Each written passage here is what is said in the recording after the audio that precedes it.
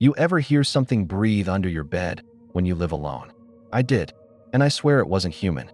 That sound changed me. I don't sleep with the lights off anymore. I don't walk barefoot, and I don't speak its name. But I'll tell you what happened. Maybe someone else has heard it too. It started when I stayed at my grandma's cabin, middle of nowhere, surrounded by pine and swamp. Locals whispered rules. Don't whistle after dark, don't walk barefoot near the forest, never look in a mirror past midnight. Sounded like dumb folklore. I laughed, then broke all three. Power went out. No signal. Just me, one candle, and an old creaky house. At 11:57 p.m., I caught my reflection shifting in the mirror. Not moving, shifting, like it didn't match me. My lips were still. Its mouth was grinning. That's when I heard it. A wet drag. Then another. From under the floor. At first, I thought it was a raccoon or maybe some animal in the crawlspace. But it was rhythmic. Heavy. Like hooves. Wet hooves. They thudded once every few seconds. Slow and deliberate. I held my breath and the flame flickered like it was gasping. The air got cold. Not chilly, unnatural. The boards beneath my feet bent upward, like something was pushing from below. I backed away from the mirror and grabbed my phone. No signal, no flashlight, just that candle and my stupid heartbeat racing. Then came the breath. Long, wheezy, thick. It was coming from under my bed. I didn't want to look. I knew horror movies. I knew better. But I looked anyway. The candlelight slipped beneath the bed frame and touched something slick. A hoof, but not like any hoof I'd ever seen. It twitched, then moved back, dragging slowly like it didn't want to leave, like it saw me. I ran. Didn't grab shoes. Didn't grab my bag. Just bolted into the woods in my socks. I ran until my lungs burned. Then I heard it again, closer this time. Behind me. Same dragging hooves, but faster now. The sound didn't echo. It thudded straight into my spine. And I knew. It was chasing me. I tripped over a root and slammed into the dirt. My face hit cold mud, and the candle snapped in half in my grip. I didn't move. I just listened. It was breathing behind me. Raspy, gurgling, like lungs filled with swamp water. Something was standing over me. Not moving. Just watching. I held my breath so long my vision blurred. Then, nothing. Silence. No hooves. No breath. I rolled over, heart hammering, and found the woods empty. Not even wind. But that silence was wrong. It didn't feel calm. It felt like the woods were holding their breath too, waiting for something. I stood up slowly. Mud soaked through my shirt. Then I heard a whistle. Low. Off-key. It came from deep between the trees, from a place I hadn't gone near. One of the rules I broke. I walked barefoot past that swamp earlier, and I'd whistled. Like an idiot. That thing had heard me. I didn't go back to the house. I kept moving. But no matter how far I ran, the trees never changed. Same broken trunk. Same crooked pine. I was stuck in a loop. My socks were soaked. Feet freezing. And then the wind started. But only behind me. Carrying the whistle. Following me. Suddenly, something snapped in front of me. A branch, clean and loud. I froze. It was there. I couldn't see it, but I knew. It was always behind before. Now it was in front. I backed away slowly, whispering to myself. I didn't blink, didn't breathe, just inched back one step at a time. My heel hit something soft. Not a branch, not dirt, something breathing. I turned, too slow. My eyes met pitch black pits where eyes should be. Its head brushed the tree canopy. Its skin shone like slick tar. And its hooves, they weren't hooves anymore. They opened like mouths. I screamed, not out of fear, but because it opened its mouth and I heard my voice come out. My exact scream, echoing. Mocking.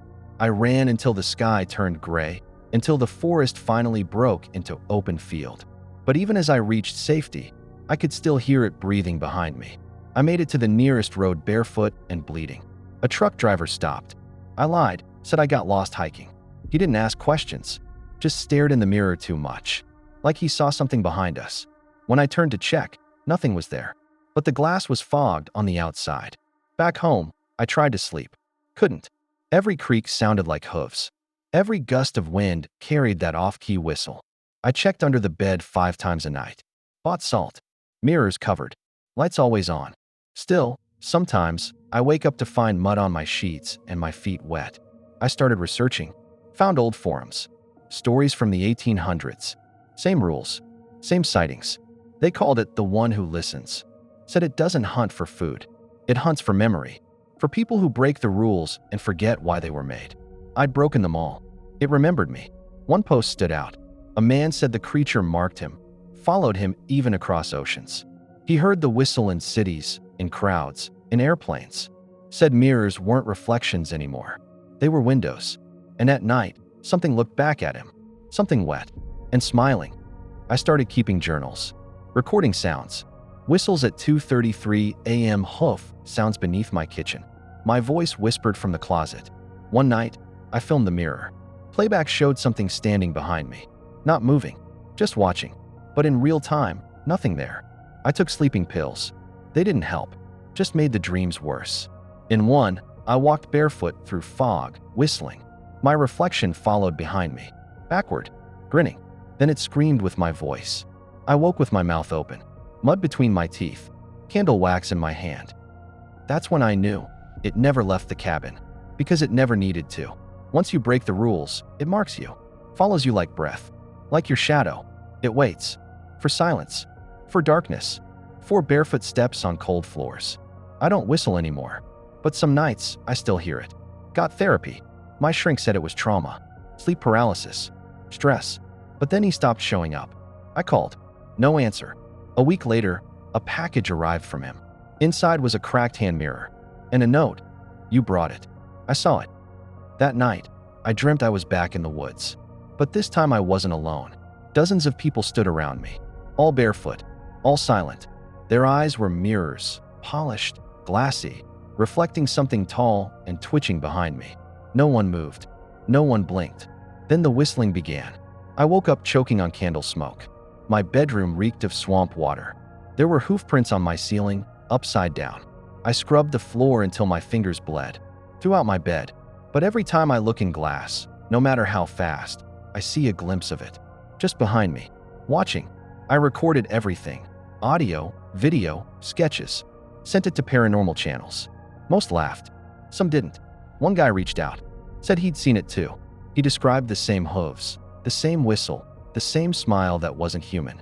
Then he disappeared. His account went dark. I started mapping sightings. There were patterns. Every place had someone who broke the rules. Someone who whistled, or walked barefoot, or stared too long in the mirror. And in every place, someone went missing. Always at night. Always alone. And always after they heard it breathe. I tested it. Left my window open. Stared into the mirror. Whistled. And waited. Nothing for days. Then one night, I woke up with dirt in my mouth again. I turned slowly. My reflection was gone. Not altered, gone. The mirror was empty. And behind me, something whispered my name. I don't know how to stop it. I don't think anyone does. The stories aren't warnings, they're invitations. You hear about it, you think it's just folklore. Then you test it. Just once. And it waits. You can't run. You can't hide. Because it doesn't live in the woods. It lives in silence. I moved into a high-rise city center. No trees, no dirt. Mirrors all gone. Windows sealed. For a while, it was quiet. I thought maybe distance mattered. Maybe it needed the forest. But then my upstairs neighbor vanished. Cops said he left town. But I heard him scream through the ceiling. It started small again. Whispers from unplugged radios. Muddy footprints on clean tile. My face in dark windows, blinking when I didn't. I stopped sleeping. Slept with music blasting. But one night, the song warped. Slowed. Until all that played was one long, drawn-out, off-key whistle. Desperate, I reached out to a woman online. She said she broke the rules too. She'd lived with it for 12 years. Only survived by following new rules. Always carry salt. Never whistle. Never touch mirrors. And never speak its name out loud. But she wouldn't tell me what it was. She said names gave it power. Made it stronger. She stopped messaging the day after we spoke. Her profile picture changed to a blank mirror. I stared at it for hours. My reflection didn't blink. Then it smiled. Not a twitch, an ear-to-ear grin. I slammed my laptop shut. It laughed. The laugh didn't come from the speakers. It came from under my bed. I didn't check. I know better now. But that night, it didn't hide. It stood. Its head bent sideways under the ceiling. Its hooves twitched like fingers. Its mouth gaped open, and I swear, I saw myself screaming inside it. I fainted. When I woke up, I was in the hallway, naked and shivering. The door was open. Inside, the walls were soaked. Black mud everywhere. Police said it was a sewage issue. My neighbors moved out. I stayed, not because I wanted to, but because it wouldn't let me leave anymore. I dream of it nightly now. It teaches me its whistle. Each time, I wake up humming it. My voice changes. Lower, slower. Some days, I can't find my own reflection. Other days, it's the only one that moves. I don't think I'm me anymore. I think it's learning how to wear me better. I visited my childhood home. Thought maybe I could end it where it started. The cabin was gone. Burned down years ago. No one knew how. No fire report. Just ashes. But beneath the charred dirt, I found it. My old mirror, unbroken, buried under scorched boards. And it was warm to the touch. I shouldn't have picked it up. The second I did, everything shifted. The sky dimmed, even though it was noon. I looked into the mirror, and it didn't show me. It showed the woods.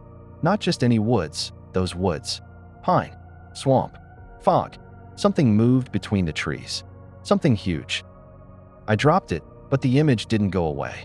I stepped back, but the air around me thickened like syrup. I turned, and the forest was there. Full, real, like the mirror had pulled it through. I wasn't in the town anymore. No road, no birds, just trees, and that damn off-key whistle. It circled me. I couldn't see it, but I felt it, like pressure in my skull. Every step I took, it answered. Not footsteps, not hooves, something in between. Then I saw it again, just the grin at first. Then the eyes, two holes that weren't eyes at all, just places where light died. It spoke this time, but not out loud.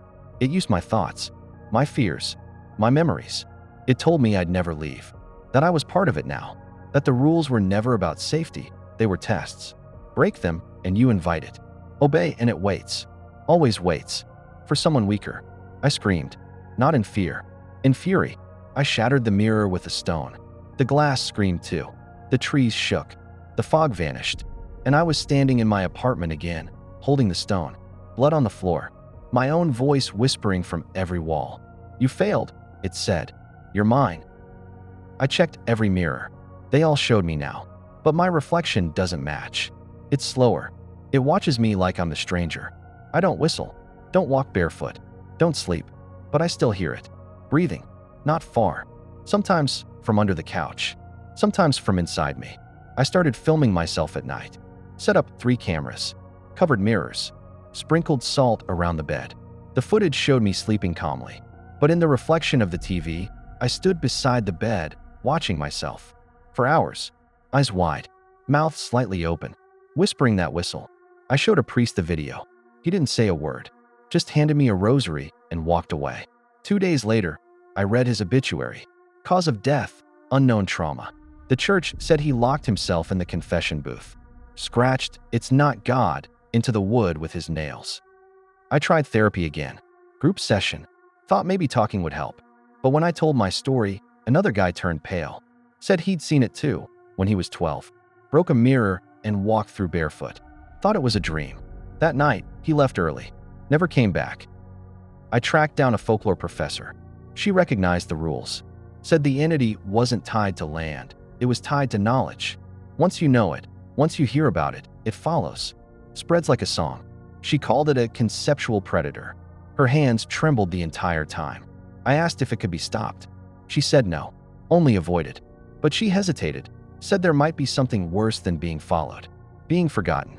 She looked me dead in the eye and said, "If you ever stop hearing the whistle, run. It means it's already inside." Now I don't sleep. I don't talk to people. I live in silence, always moving, avoiding glass. But tonight is different. It's quiet, too quiet. No whistle, no breathing, just stillness. And for the first time in months, I looked in the mirror and saw nothing, no reflection at all. That silence isn't peace. It's hunger, a waiting mouth, the calm before it fully opens. I think it's already here, not in the shadows, in me. My thoughts skip. My voice stutters. I blink and see the woods. I think I'm becoming it. Or maybe I always was. I just didn't know yet. I left this message here in case someone else starts hearing it. The whistle, the hooves, the wet breath. Don't ignore it. Don't try to outsmart it. The moment you learn the rules, you're already in the game. And once it knows your name, your voice, it never, ever forgets. You'll see signs. Your reflection won't sink. You'll dream of woods you've never visited. You'll find mud in your shoes, even if you haven't stepped outside. Then one night, you'll hear your own voice, whistling, from the other room. But you'll be alone. Or at least, you'll think so. You'll try to record it. Show proof. But playback won't match what you saw. The footage will lag, freeze, or worse, play scenes that never happened. Ones you don't remember living. But somehow, you'll be in them. Walking barefoot, smiling, leading others into the trees. Every mirror becomes a doorway. Every silence, a trap. You'll live on caffeine, salt, prayer. But it doesn't fear gods. It isn't a ghost. It's an idea. A reflection of fear shaped into something with teeth. You can't kill it. You can only feed it, or keep it fed with someone else. Maybe that's why I'm still here. Maybe I bought myself time by sharing this. Passing it on. Every time you read this, you pull it a little closer. I'm sorry, but not enough to stop. Because silence is growing inside me now. And I think if I stay quiet too long, it'll speak for me. Sometimes, I catch myself in the mirror, mouthing words I don't remember. My lips moving in reverse. My smile stretching too wide. The whistle echoing in places where it shouldn't. I turn the mirror, break it, burn the pieces. But next morning, it's always back. Waiting. I don't know how this ends. Maybe it doesn't. Maybe I vanish. Maybe I become the next story someone else reads on a dead forum at 3 a.m. But if you're reading this and something's already behind you, don't look. Don't blink. Don't breathe. Just comment something. Anything. Let me know I'm not alone. Well, that's all the stories for today, friends. Which one gave you the worst chills? Let me know in the comments below. And don't forget to share the creepiest thing that's ever happened to you, or someone you know. The scariest ones just might appear in one of the next videos. Sleep tight if you can.